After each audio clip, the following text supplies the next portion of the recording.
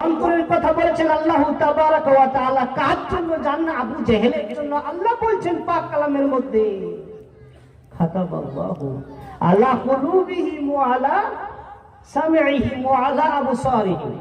খাতাবাল্লাহু আলা কুলুবিহিম। দেখো আল্লাহ কি বলেছেন? কুলুব শব্দ ব্যবহার করেছে কার জন্য? খাতামাল্লাহ, আল্লাহ মোহর তালা মেরে দিয়েছেন। কিসে? খাতামাল্লাহু আলা কুলুবিহিম, অন্তরের মধ্যে। আবু জেহেলের অন্তরের মধ্যে এই আয়াতটি অবতীর্ণ হচ্ছে কার?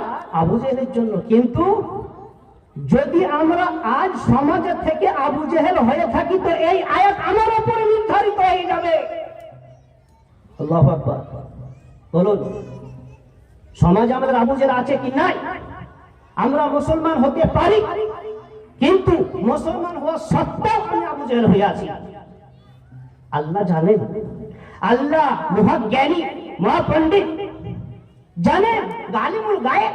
তিনি জানেন যে আমি যে বান্দাদেরকে সৃষ্টি করেছি সে বান্দারা দুনিয়াতে যাওয়ার পরে পরে সঠিকভাবে ঠিক থাকবে না। ভালোকে মন্দ, মন্দকে ভালো, সবকে অসৎ করবে। সেই জন্য আল্লাহ তাআলা কি বলেছেন? উলাইকা কাল আনআম। সম্মানীয় মুসলিম সমাজ, এটা আমি বলি না কোনো কাউকে, এটা আল্লাহ বলছেন। কিসে? পাক কালাম। চিন্তা করবেন, কখনো বলবেন না মৌলভী সাহেব বলেছে, আলামিন জুমা মসজিদের মৌলভী সাহেব বলেছে। না, বলেছে আল্লাহ তাবারাক ওয়া তাআলা। পাক কালামের মধ্যে বলেছেন সূরা আলে ইমরান আরাফে, দেখে নেবেন আপনি। এই আয়াতটি সূরা আরাফে 179 নম্বরের মধ্যে আছে। নম্বর বলার দরকার নাই, কিন্তু আপনাদের স্মরণার্থে বলে দিচ্ছি, এটা আল্লাহ বলেছেন, আমি বলে দিই। কোথায় আমাদের ঈমান? ঈমান কিছু আছে যে ঈমানের কথা আল্লাহ তাবারাক ওয়া তাআলা একটি ছোট্ট সূরার মধ্যে বলে দিয়েছেন। সুবহানাল্লাহ। দেখুন, ছোট্ট সূরাটি কম বেশি সকলেরই মুখস্থ আছে। আমাদের মুসলিম সমাজের প্রত্যেকটি বাচ্চা কাচ্চা, বড় ছোট, সব ছোট্ট সূরা। কি জানেন? ওয়াল আসরি ইন্নাল ইনসানা লাফি খুসর ইল্লাল্লাযীনা আমানু ওয়া আমিলুস সালিহাতি ওয়া তাওয়াসাউ বিল হাক্কি ওয়া তাওয়াসাউ বিস সাবর। এখানে কি বলেছেন জানেন? আল্লাহ তাআলা কসম খেয়ে বলছেন, মানে কি? এই যে উলাইকা কাল আনাম, আপনারা এই যে চতুষ্পদ জানোয়ারের মতো হয়ে যাবেন, সেইটা আল্লাহ তাবারাক ওয়া তাআলা আগেই ঘোষণা করে দিয়েছেন। কি? কসম খেয়ে কথাটাকে মজবুত করে দিচ্ছেন। আল্লাহ কসম খেয়েছেন কি? ওয়াল আসর, আসরের কসম করে বলছি, সমস্ত পৃথিবীর মানুষ পথভ্রষ্ট, গোমরার মধ্যে, নোকসানের মধ্যে পড়ে আছে, ক্ষতিগ্রস্তর মধ্যে পড়ে আছে। ব্রাদার ইসলাম, কিন্তু আল্লাহ কিছু সংখ্যক মানুষকে ইস্তিসনা বা আলাদা করে দিয়েছেন। কি বলেছেন? ইল্লাল্লাযীনা আমানু ওয়া আমিলুস সালিহাতি ওয়া তাওয়াসাউ বিল হাক্কি ওয়া তাওয়াসাউ বিস সাবর। চারটি জিনিস।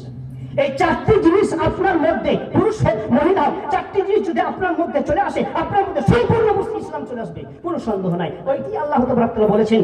এইটা মিসাল দেওয়ার জন্য, একটা উপমা দেওয়ার জন্য এটাই যথেষ্ট। আপনার সমুদ্রের পানি কতগুলো হতে পারে? অনেক, শেষ নাই সমুদ্রের পানি। কিন্তু সমুদ্রের পানিটাকে একটা ঝিনুকের মধ্যে ভরে দিয়েছেন আল্লাহ তাবারাক ওয়া তাআলা।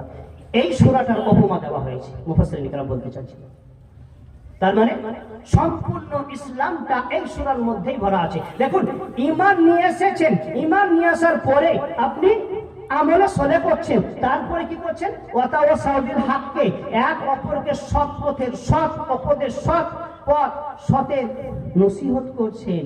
ওয়া তাওয়াসাউ বিস সাবরে, এক অপরকে সবর বা ধৈর্য ধারণ করার জন্য বলছেন, নসিহত করছেন।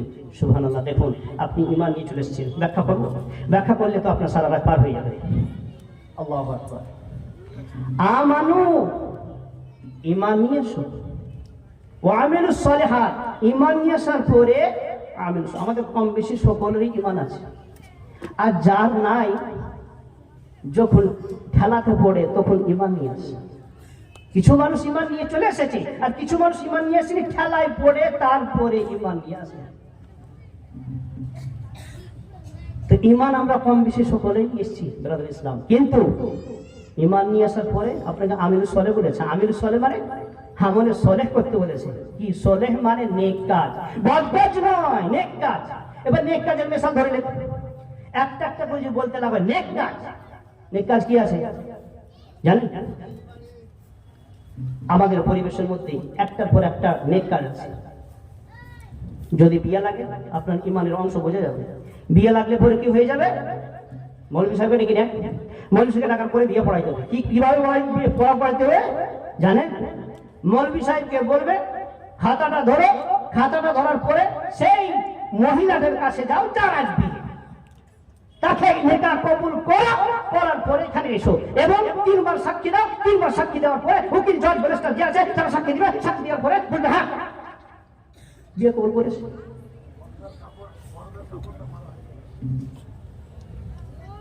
ইমান কোথায়? বলে মৌলভী সাহেব আপনি 2 টাকার বলবেন, আমরা কিনে রেখেছি 3000 5000 কি কিনে রেখেছি, যা বলবো তাই শোনাই। আমি যা আজ ফতোয়া দিব কে বলবে? ছেলের বাপ নাই তো মেয়ের বাপ, না হয় অন্য কেউ গার্জেন, সমাজ সেবিক। আমি আজ ফতোয়া দেব, আপনার ফতোয়া চলবে না। মৌলভী সাহেব ইমান কোথায়? আপনি মুফতি না মৌলভী সাহেব মুফতি? আপনার কাছে হাদিস কোরআন জানা আছে? যদি তদন্ত করা যায় যে কোরআনটা একটু পড়ে শোনান তো, কোরআন পড়া তো দূরের কথা আরবি শব্দই বেরোবে না একটা। আর সে বলে আমি আজকে মুফতি। নাউজুবিল্লাহ আমি জানি এই তো আমাদের সমাজের মধ্যে নাসুর ভরা আছে, কুসংস্কার ভরা আছে। তো ইমান চলে গেল, আপনার ইমান শেষ। আপনি কাজে পরিণত করবেন, ইমান নিয়ে আসার পরে কাজে কোথায় পরিণত করলেন? আপনি যাবেন কবর গাড়াতে, কবর গাড়াই যাওয়ার পরে সেখানে গোল করে মৌলভী সাহেব গোল করে ঘেরে দেওয়ার পরে আপনাকে হাত উঠিয়ে দোয়া করতে হবে। কোথায় পেলেন? আছে নাই? মৌলভী সাহেব জানেন না আমাদের এখানে রেওয়াজ আছে, আমরা করি হাদিস করে থাক আর না চলবে।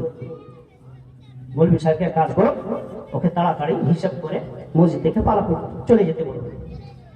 এই তো